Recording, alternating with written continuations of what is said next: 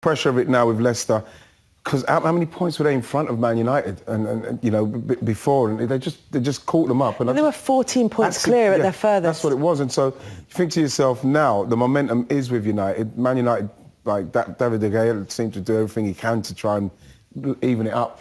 But you have to say that Man United, I've got the momentum, so it's just down to them to finish it off now. Yeah, we'll talk about where those weaknesses are in a second, but in terms of their strengths, it's clear to see that Manchester United have got the firepower, and they've certainly got the midfield to support those front three as well. Yeah, I think everybody was talking about United and the fact they're so far behind in terms of talent between Liverpool and Man City, and all of a sudden now, you know, one of the best front threes in the whole division.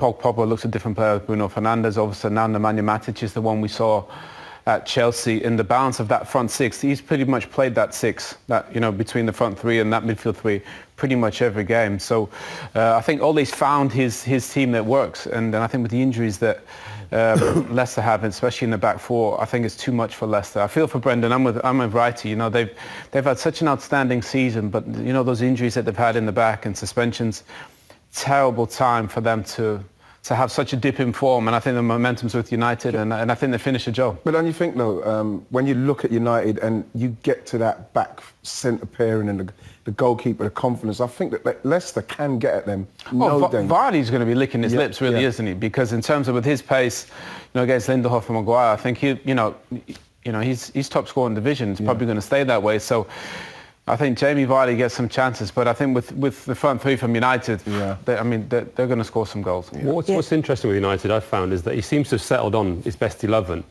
but I'm not quite sure who he trusts beyond that. And I think he's almost had to overplay them a little bit. You know, they played virtually, as you say, they played virtually every game. Yes. And then he tried to change it, didn't he, for the FA Cup semi-final, and that came back to bite him. He's gone back to his team again, and they looked a bit tired. And I think the problem is showing up is that he's clearly got this 11 or 12 players that he really trusts, and beyond that, considering what a big squad they've got and how much money they've spent, he clearly doesn't trust a lot of those other players. And we've been told this week, for example, that he's looking to have a bit of a clear out. Now, good luck with that during the current situation, whether you can do that. But I think he's trying to push the club to say, look, there are players here, quite a lot of players who I just don't really want anymore. I don't have faith in. And I think that's probably been vindicated by what's happened, because when they have come in, they haven't done particularly well. And one of the players that's really shone for them, particularly since the lockdown, has been Mason Greenwood, who is an academy product, and actually has sort of made his way into the Manchester United side gradually without much hype or fanfare.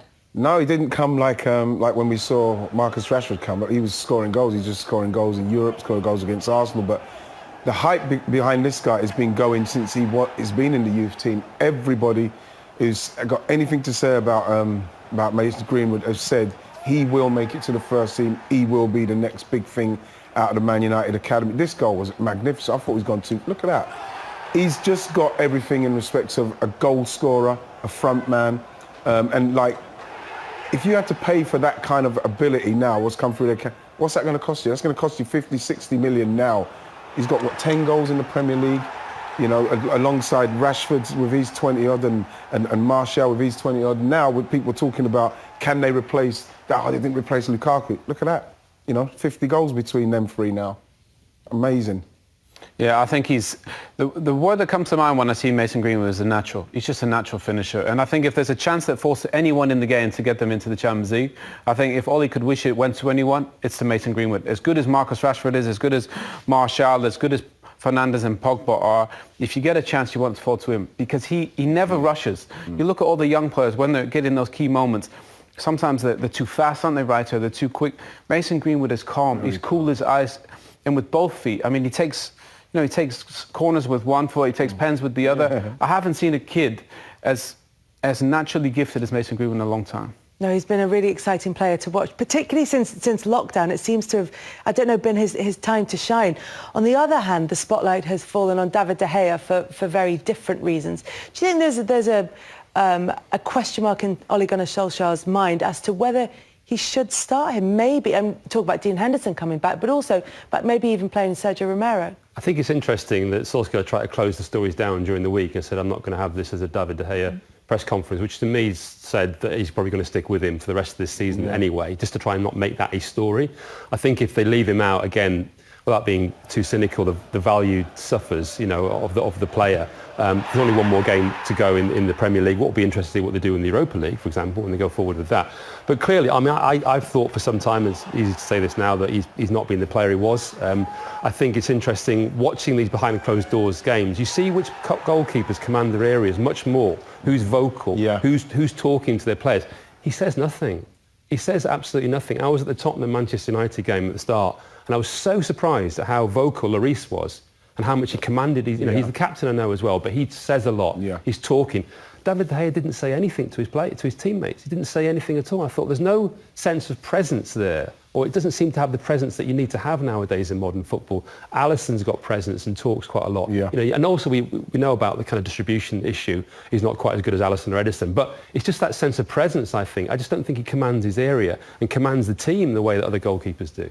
I just wonder if Spain supporters and people who've watched the national side will think this is the David De Gea that we see, because he's not hugely well regarded by Spain fans or by Spain supporters. Yeah, but I think he's got too much in the bank to make that change right now. I think Ole just gives himself more of an issue, and I think the bigger issue is, if next season, if Dean Henderson comes in, what if Dean Henderson starts the season poorly? The spotlight's completely different at Old Trafford than it is at Sheffield United. So I think for now, because of the credit David De Gea has in the bank, not with Spain, but with United being Player of the Year all those years, he deserves the opportunity to figure it out. His form, especially after the FA Cup game, even the amount of time he's been making errors for a while. Yeah, but I think with the way he played in the FA Cup, I think he's put a lot of pressure on Ole now, because it looks like you have to make a decision, because he is making mistakes in poorly, and if it costs him against Leicester, then obviously there's a decision to make in the summer. But I think he has the right to fix it, but it looks like it's going one way and not the other. But it's interesting listening to your points about maybe bringing Henderson back and the position that would put Ole Gunnar Solskjaer in, because then if he brings Henderson back, he almost has to play him, really. But would you have, hindsight's a wonderful thing, but would you not maybe have taken De Gea out of the firing line and maybe put Romero in for a while? He's the Argentina national goalkeeper. Yeah, but at the same, if you take De Gea out of the firing line, then the pressure just comes onto the whole thing about, De Gea, are they going to sell him? Frank Lampard did it with Kepa and Caballero, didn't he? Yeah, but Kepa, for me, he shouldn't be in there for me. I know that he's only got Willy Caballero, but I don't think he's good enough. And I think that as soon as they can, if they could, they'll probably get rid of him now. I think that if you're Henderson, you're looking at that situation, you've gone out on loan, you've gone to Sheffield, he's done everything you need to do to let your team who put you out on loan know that I'm ready to come back now to challenge. If he can't come back and challenge David De Gea now, they should just sell him. He should go somewhere else, because what I've seen of David De Gea up to this point and the mistakes he's making, then Henderson should be saying, listen, I deserve a chance now. If he doesn't get it, he should go somewhere else to get it. Does Henderson want to come back and challenge, or does he want to come back with a bit of a guarantee that he's going to be the first choice? But you don't have the right to a guarantee as a young kid, do you? He's a very confident guy. I know he is. He's playing Premier League football now with Sheffield United, and maybe he thinks, I don't want to sit But on the he bench, should say... because when push comes to shove, De Gea's earning an awful lot more money than me, and the manager's probably going to go with him. I think he backs himself as well. With De Gea. Yeah. But I think he says to the club, look, play me in the FA Cup, play me in the Champions League games. That's enough. If I outperform David over the full season, it's my job, and then you can sell them next season, or sell one of them next season. But I think if you're Ole, I think get them both under the roof and see in training camp who's the best. But I think you're right, Dean, knowing him, he backs himself, doesn't he? You have to see how David De Gea reacts to that as well, because if you turn around and say, you're not going to play the cup games, including Champions League, you might turn around and say, hang on a minute, I'm not doing that. Yeah, but his bargaining position is down, David, now, isn't it? No, I know, but you might create an issue, at the club between these two players. I think it's interesting that, I think Chelsea did it for a little while when they had Peter Cech and Courtois. Yes. But most clubs don't really have two number ones who are clearly number ones for very long, do they? It doesn't really last.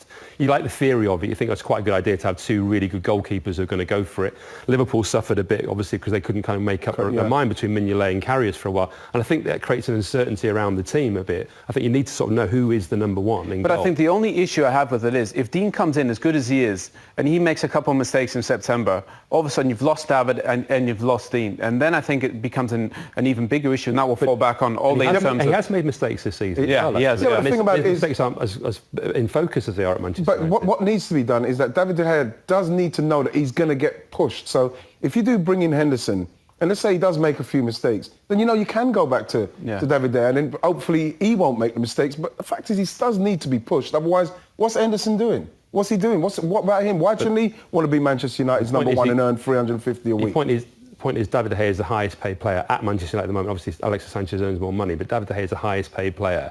And it's a bad look for a club to have the highest paid player sitting on the bench. As Arsenal know. They've created a rod for their own back by doing that, because now that they've got in the most important position for me at the moment for Man United, they've got, their highest paid player who's making mistakes. So what, they're going to leave him in there just because he's the highest paid player? Right, you're right. If you miss 10 chances, even if you were the highest paid player, you won't play, would you? You won't play. Somebody else would get in ahead of you. And I think David now, because of the mistakes he's making, the pressure's on Ole to say, am I going to pick you anymore, or am I going to stick with you? And I think it's a lot of pressure for Ole, because he's probably not 100% sure either way, is he? No, I don't think so. But just one more Premier League game for David De Gea and for Manchester United. It's against Leicester.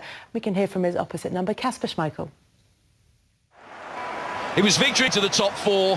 They've been there for 10 months, but this defeat will surely mean that they'll be back outside the leading quartet going into the final game. And now they may well have to beat Manchester United for a place in the Champions League. Obviously, Sunday is massive, but these are the games you're in football for, right? I think if you offered us this at the start of the season, that we could be fighting with Manchester United and Chelsea for Champions League on the last day, I think we'd have taken that. Yeah, exactly. I remember talking to you in pre-season, actually, and I think we were saying, can Leicester get into Europe this season? So to be on the brink of the Champions League, I guess it's exciting and it's nerve-wracking, but the prize that's there for you is just so big. Like I said before, if we had been offered this in pre-season, we'd have taken it 100%. And it's the games that you just want to play in, these kind of games. So, you can see it in training. Everyone's just looking forward to it. Everyone's buzzing. Everyone's